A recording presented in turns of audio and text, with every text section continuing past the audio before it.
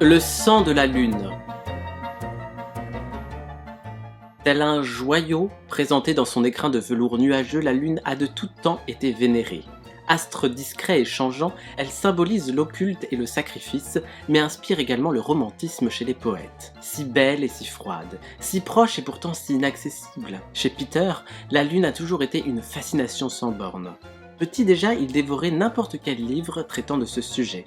Plus tard, ce furent les revues scientifiques qui passèrent entre ses doigts. C'est naturellement qu'il essaya de rentrer dans l'aérospatiale après le bac. Le rêve ultime pour lui était de poser ses pieds sur la surface de ce satellite naturel, comme Neil Armstrong, son idole, évidemment. Seulement, aussi intarissable soit-il à ce sujet, ses capacités en mathématiques et sa forme physique l'empêchèrent d'être astronaute. Il essaya par la suite d'être astrophysicien, mais ses résultats ne furent guère plus glorieux dans ce domaine. Il baissa ainsi petit à petit ses exigences, jusqu'à finir dans un domaine qui n'avait plus rien à voir avec l'espace.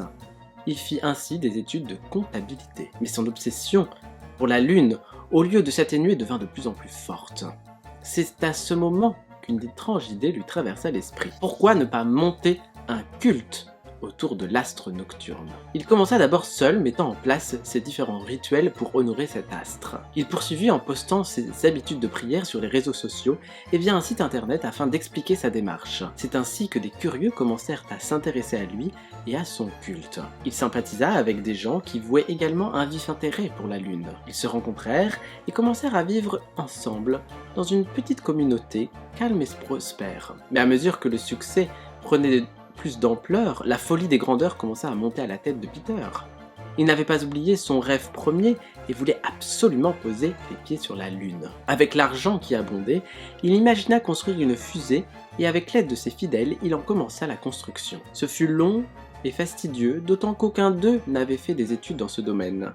Les essais furent nombreux et frustrants. Mais un jour, après plusieurs années d'essais, Peter estima que le prototype était fonctionnel et qu'il était temps pour lui de partir accomplir son destin. La nuit de pleine lune suivante, il s'installa à bord de son engin pour son plus grand plaisir. Il était serré dans le minuscule cockpit, mais il n'avait jamais été aussi heureux de sa vie.